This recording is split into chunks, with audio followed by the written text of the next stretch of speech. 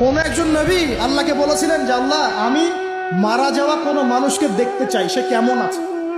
এটা শুনেন ভালো করে হাদিসটা। মারা যাওয়া কোনো মানুষকে আমি দেখতে চাই, সে কেমন আছে। আল্লাহ পাক সেই নবীর আরজি কবুল করলেন, বললেন আচ্ছা ঠিক আছে দেখাচ্ছি। কবরের সামনে গিয়ে দাঁড়ালেন।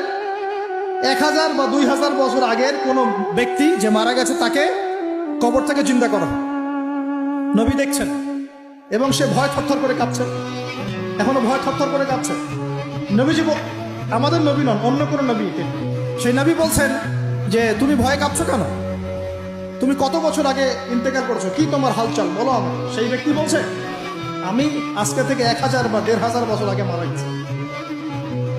আমি ভয়ে কাঁপছি।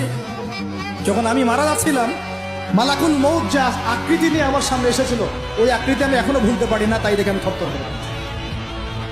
তিনি বলছেন যে আমি 1500 বছর হয়ে গেছে আমার মউতের, কিন্তু আমার দেহ থেকে এখন পর্যন্ত রূহ কবজ করার যে কষ্ট, এই কষ্ট এখনো যায় না। আর এই সব দুর্নীতি করে আর অন্যায় করে মানুষের সম্পদ আত্মসাৎ করে অন্যের উপর অত্যাচার করে আমি ভাবছি যে আমরা কালকে আমাদের মনে পার পেয়ে যাবো। খালি কবরে যাও, তারপর বুঝবো। আল্লাহ রাব্বুল আলামিন আমাদের সবাইকে হৃদয়ের চোখটা খোলার তৌফিক দান করুন।